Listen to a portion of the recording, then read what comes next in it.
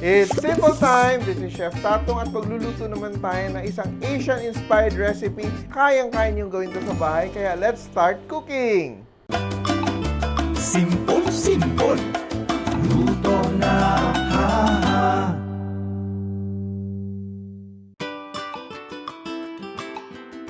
So yung gagawin natin today ay tatawagin nating Rellenong Tokwa or stuffed tofu in English. So gagamit tayo ng tokwa. So ito lang to, bilhin natin sa palengke yung tokwa natin. Yung gagawin ko dito ay ilagay ko dito sa paper towel para ma-absorb yung excess water niya. So you leave it for a while para pag prito natin, mas madali siyang mag-brown. And we cut it diagonally. And immediately, meron akong hot oil dito, ipiprito ko na siya.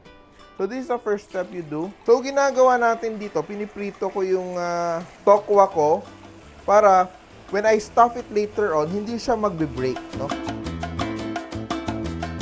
Gagawin natin yung ating filling. So meron ako ditong ginili, this is around 200 grams. Konti lang kasi konti na naman yung palaman. Lalagyan ko siya ng onion. I'm just gonna add half, the rest I'm gonna add to my sauce. I also have some carrots here. Gonna add, pero magtitira naman ako ng konti for my sauce later on. And yung pangtimpla ko, I'm just going to use some oyster sauce, around 2 tablespoons of oyster sauce, and just a little bit of sugar, around a teaspoon of sugar, and an egg, no? May egg ako dito. Just gonna add the egg, the whole egg. Look at that. Mix it thoroughly hanggang maging sticky siya. Be sure that your pork is fresh, no? Kaya pang fresh options tayo kumuha ng ating pork. And what we're doing is we're mixing it thoroughly, no? Para maging sticky siya, no? And I'm adding just around 2 tablespoons of cornstarch. Mix, mix, mix. So be sure that your meat is chilled. And I'm frying my tokwa. Yan, baliktarin natin. So you don't have to rush the frying. You want it to dry out a little bit and brown para hindi nga siya madurog as I said earlier. So ito siya mangyayari dito, parang double frying yung gagawin natin. We'll fry it the first time to be able to stuff the tofu and we'll fry it again later to cook the meat inside. Yan. And I also have pala here a little bit of shiitake mushrooms. And what I'm going to do, I'm going to dice it. So this is an optional ingredient. Yan, just add that. Then I'll just put this together with my carrots and my onions, diba? Just put it into one container. So when I saute later, isang gisa na lang siya. Here. Mix ating giniling. And I'll just add a little bit of spring onions. No? Optional again, you don't have to have it, pero I'll just add kasi para mas may flavor pa tayo and a bit of color when you bite into your giniling. I will have here my bowl. What I'm going to do with the bowl is I'm gonna add some ice cubes, konting ice cubes para lumamig siya. So after I fry, I'm just gonna drop my tofu on the iced water para to cool it down immediately. So in the meantime, while I'm waiting for my tofu to fry, I'm going to prepare my sauce as well. And I saute my garlic. Look at that. Saute my garlic. I don't want to toast my garlic, ha. Konting labas lang ng flavors niya. It's onions and yung shiitake mushrooms. I'm gonna add it to bring out the flavor as well. Oh, I smell the mushrooms kasi yung mushrooms, when you saute it kasi, it really brings out the flavor. Kasi may certain flavor compounds yung mushrooms na lumalabas lang siya pag may oil, may heated oil siya. So, I'm gonna add oyster sauce, 1 tablespoon of oyster sauce. Ito, hindi siya yung medyo sobrang saucy. Medyo glazed lang yung dating niya, medyo malapot. I have around 1/4 cup of sweet chili sauce. And you can use water, no, if you're not using the shiitake mushrooms.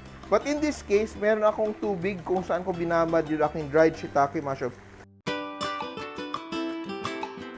If you want it a bit sweeter, you can add sugar. In this case, I'm adding a little bit of sugar. Around 1 teaspoon of sugar. Ito na yung magiging sauce ko ng aking sobrang sarap na rellenong tokwa. And of course, black pepper. So if you want to add a little bit of sesame oil, you may add. If you don't have it or if you don't want to, you don't have to add it, di ba? So, Yan, when you're cooking, you have to be very flexible. Yan, look at that. Nice, nice, nice ang aking tofu. You don't have to over fry it. And yung mga evenly fried, kukunin ko na siya. And look, just drop it in my iced water. Yan, 1. So we cool that para madali din natin i-handle. Look at that. Yan. It's cool enough to handle. Wipe, wipe, wipe. I will slice. I'll open up my tofu. Look at that, no? Parang sandwich lang siya. And I'm gonna stuff my tofu. You get the concept, guys?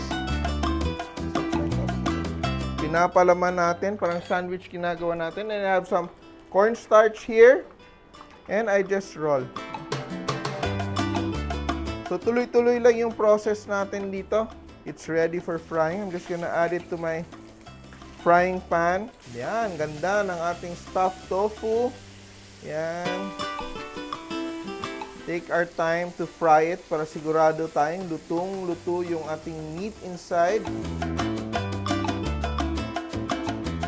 And luto na yung aking giniling. And now I add my tofu into my glaze.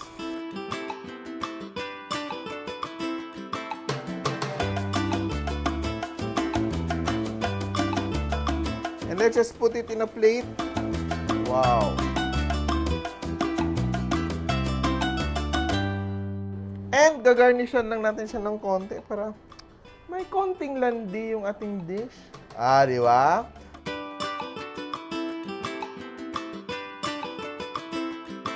Ang ating version of stuffed tofu o Rellenong Tokwa, kayang-kaya nitong gawin sa bahay. Kaya tandaan nyo, kahit sino kaya magluto, basta simple!